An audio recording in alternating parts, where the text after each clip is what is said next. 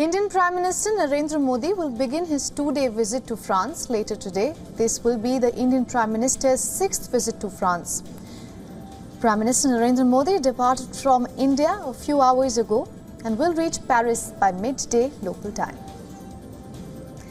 The French government has invited the Indian Prime Minister to attend the Bastille Day parade as the chief guest. Now, during the two-day visit, France and India are expected to ink defense deals worth over $13.3 billion. Now, this includes a plan to purchase 26 Rafale marine fighter aircraft and 3 Scorpion-class submarines for the Indian Navy.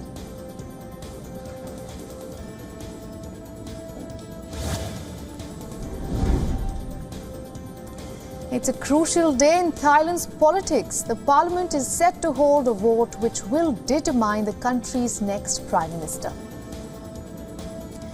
The vote presents a crucial challenge for the front-runner, Peter, as he needs support from the military-backed senators to bag the top political position. Now, Peter said on Thursday that he is confident about being able to persuade senators to vote him in as the leader. This premiership could test the unity of his 8-party alliance.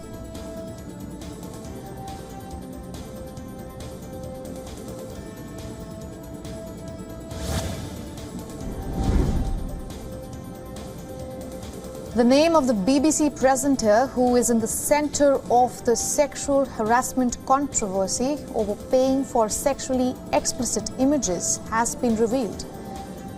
The revelation is a major breakthrough in the case which has rocked the British media. The name of the now suspended BBC presenter is out, and it's Hugh Edwards. His name was revealed by his own wife. She revealed his name shortly after the Metropolitan Police said that there is no evidence to support the allegations against him. The presenter's wife said that Edwards is battling severe depression and will be staying in hospital for the next foreseeable future. Edwards' wife added that he will respond to the allegations after he recovers.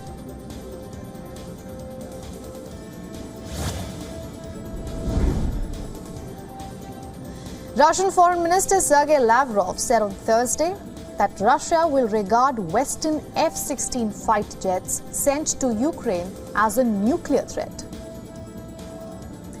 The reasoning given is because of their capacity to carry atomic weapons. Lavrov spoke of a US plan to transfer about F-16s to Ukraine, although Washington has not given the go-ahead to supply them for any country.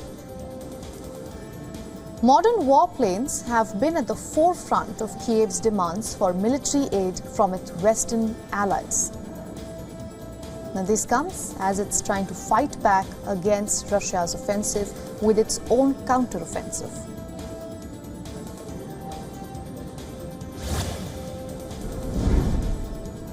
The Ukrainian anti-aircraft units engaged Russian attack drones for the third consecutive night in and around the capital city of Kiev. The defense triggered fires and falling debris in several districts, killing at least one person. A Ukrainian mayor has said that a resident's body was recovered when emergency services put out a fire in the capital. While reporting another fire in an apartment, the mayor informed that 2 people suffered injuries. Now, in another district, a balcony caught on fire, injuring at least 2 people.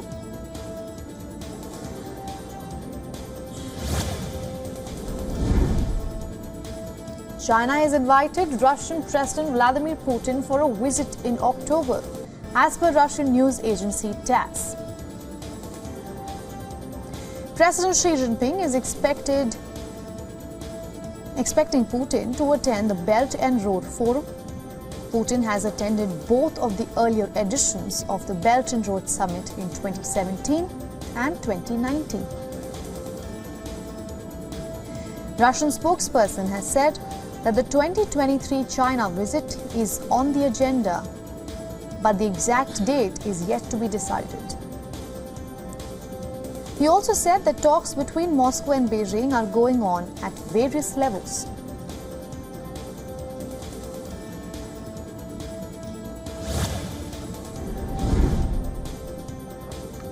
The countdown has begun for India's third lunar mission.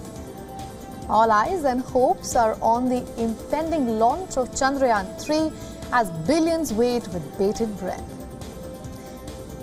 The Indian Space and Research Organization will launch its third lunar exploration mission tomorrow at about 2:35 p.m. India Standard Time. The successor to Chandrayaan-1 and 2 will embark on its journey to the moon, and this was revealed by the ISRO director S. Somanath at the Space Economy Leaders Meet as part of India's G20 presidency. The pole is a region that remains unexplored. In Spain now, 5 runners were injured on Thursday and one of them bore in the leg in the 7th running of the Bulls at the festival. Thousands of tourists come every year from all over the world for the week-long festival. Runners race through the course chased by fighting bulls and steers to the bull ring where the run ends. The event starts at about 8 a.m. every morning and will continue till July 14th.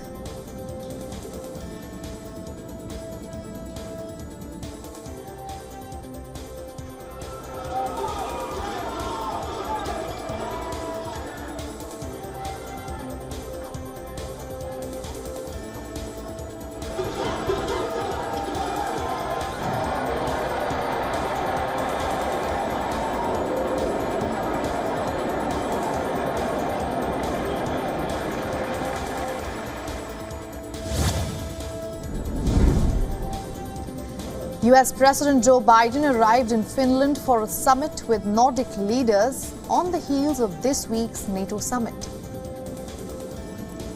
The Nordic leaders held a joint news conference in Helsinki with Finland's president. While Finland is now the newest member of NATO, the decision came after its 7 decades of military non-alignment. President Biden is expected to discuss climate change and emerging technologies, among other topics.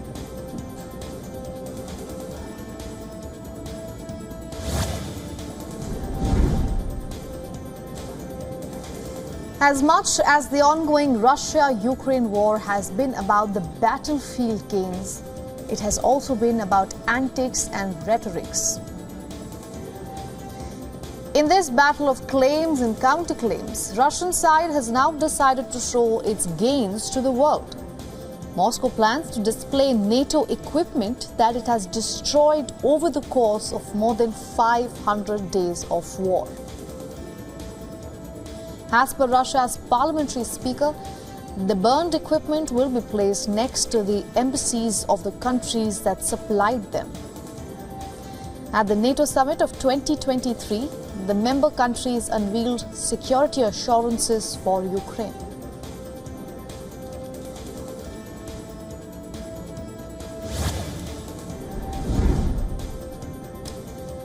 ASEAN and India urged to strengthen strategic ties to tackle global challenges. India's Foreign Minister, Dr. S. Jaishankar, confirmed the recognition of ASEAN centrality during the conference. He also stressed its importance to the nation's vision in the region. The bloc's annual ministerial conference includes major powers such as China and Russia. ASEAN will also hold the East Asia Summit and the Regional Forum tomorrow. The US Secretary of State Antony Blinken and Russian Foreign Minister Sergei Lavrov are both slated to attend.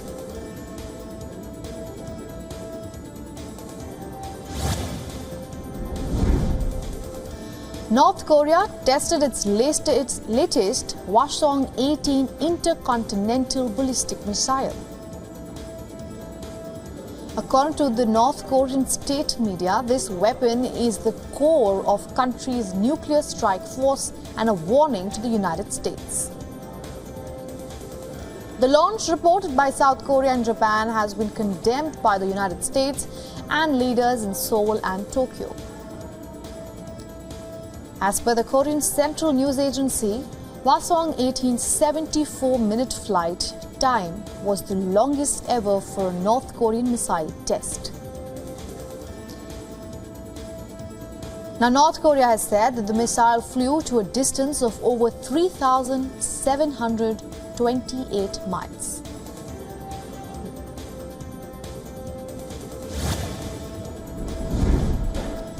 Nepal's aviation regulator has banned helicopters from conducting non-essential flights for 2 months. This followed the deadly crash in the Everest region, which claimed 6 lives earlier this week.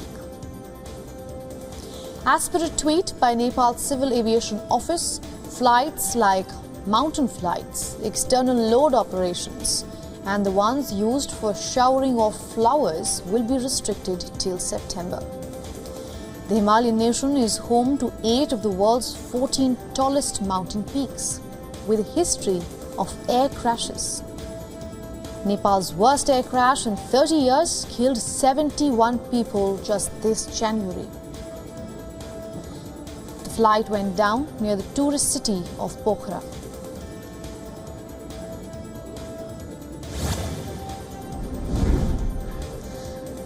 As monsoon in North India continues to create havoc, capital city of New Delhi is evacuating hundreds of residents from areas adjoining the river Yamuna due to the risk of flooding.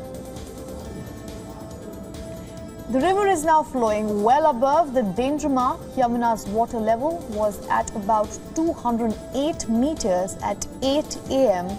today, which is at about 45-year high.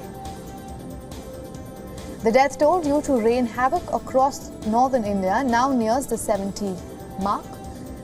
The number of flooding events in the Yamuna basin has increased sharply in the last few years, and this is being attributed due to rapid urbanization.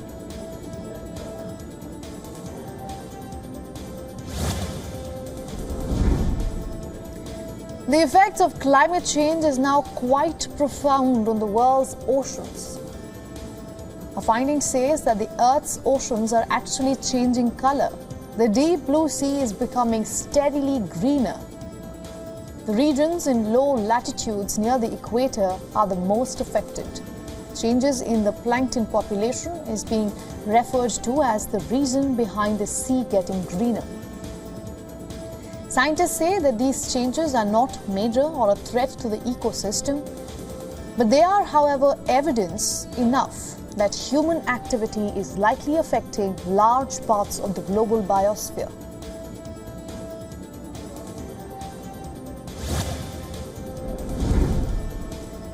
As cleanup efforts continue in the United States' Vermont region,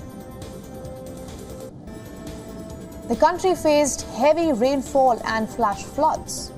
Volunteer firefighters in Vermont are preparing for more rains and more storms. The National Guard members are bracing themselves to assist with more rescue and relocation of people. The rescue teams are anticipating heavy rainfall in the next couple of days. Now, the teams are staging in locations to be ready and prepared to respond at Vermont Emergency Management whenever needed.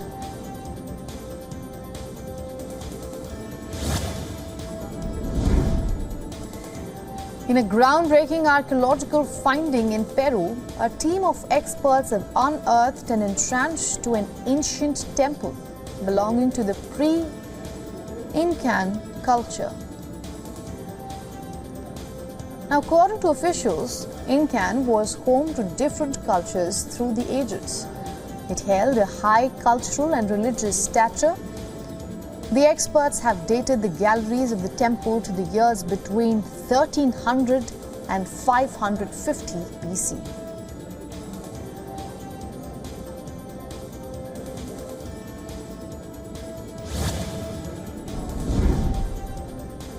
In some business news now, Shopify is revolutionizing workplace efficiency by introducing a unique cost calculator embedded in their employees' calendar application. Now, this puts a price tag on each meeting to emphasize that time is money. By eliminating unnecessary gatherings and changing the default answer from yes to no, Shopify is projected to save an impressive 322,000 hours and 474,000 meetings in this year alone. It will be interesting to see how this innovative approach is transforming the company's work environment and fostering greater productivity.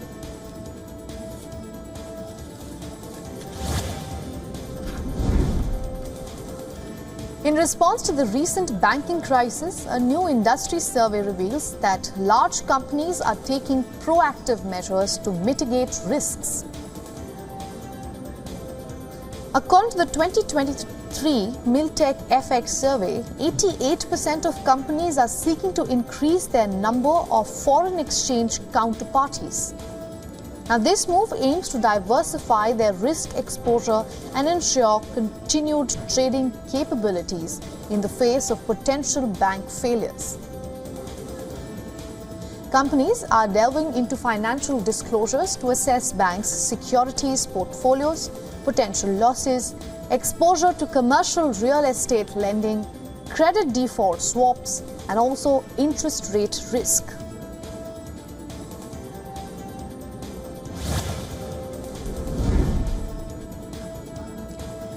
In a stark warning, the Bank of England has cautioned that approximately 4 million households in the United Kingdom will face a significant surge in mortgage costs.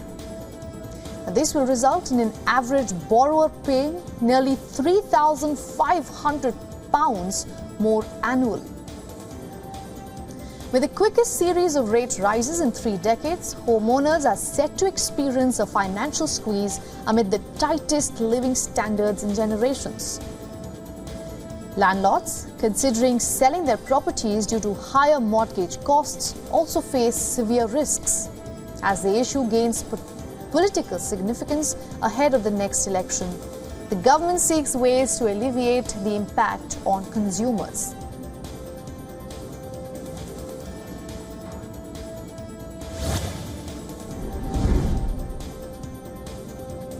Walt Disney is considering selling or finding a joint venture partner for its digital and TV business in the country.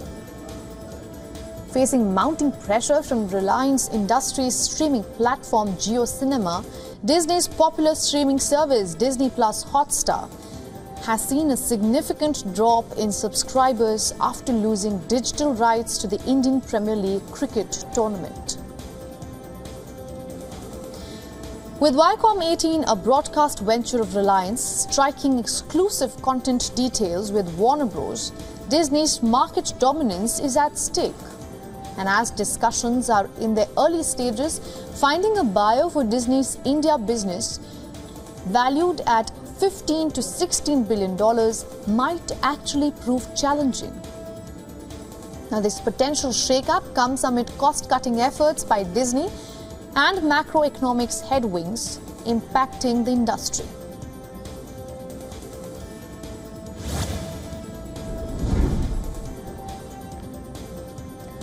According to a Microsoft report, Chinese state-linked hackers have secretly accessed email accounts of around 25 organizations in a sweeping cyber espionage campaign. Now, these entities also include government agencies. Microsoft has dubbed this hacking group as Storm 0558. Hackers are said to have forged digital authentication tokens to access webmail accounts running on the firm's Outlook service. The activity began in May, and the breach was detected weeks later when customers complained about abnormal mail activity. Microsoft has mentioned that entities in Western Europe have been primarily targeted.